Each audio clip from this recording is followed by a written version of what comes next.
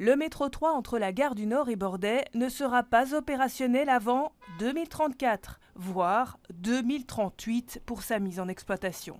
Une information issue d'une note interne qui a fuité dans l'Écho et la Libre ce matin. Alors, pour compenser ce retard, il faut renforcer l'offre de mobilité en surface. Dans la même note, on apprend que 13 options sont sur la table, dont le renforcement de la ligne du tram 55. Son tracé correspond en effet à celui du futur métro.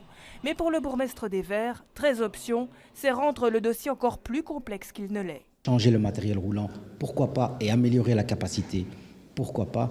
Pour le reste, ce sont des alternatives qui ne sont pas sérieuses, qui vont coûter de l'argent et qui vont encore une fois donner une certaine ambiguïté sur la gestion du dossier. Je le répète, on est pour, on est contre. Si à un moment donné le gouvernement dit on n'a plus les moyens de faire le métro nord vers Evere, eh bien qu'on en prenne acte, ce sera dommage et qu'on tourne la page, mais qu'on arrête de tourner en rond dans ce dossier. Car pour améliorer la vitesse commerciale du 55, la plupart des options proposées réclament de lourds investissements. Construction de nouveaux sites propres, achat de nouveaux véhicules, voire ouverture d'une seconde ligne de tram via la chaussée de Hacht, impliquant la création de 3 km de nouveaux rails. Sans compter que du côté de la place Litz, déjà saturée par la présence d'une quarantaine de trams en heure de pointe, cette vitesse serait mise à mal.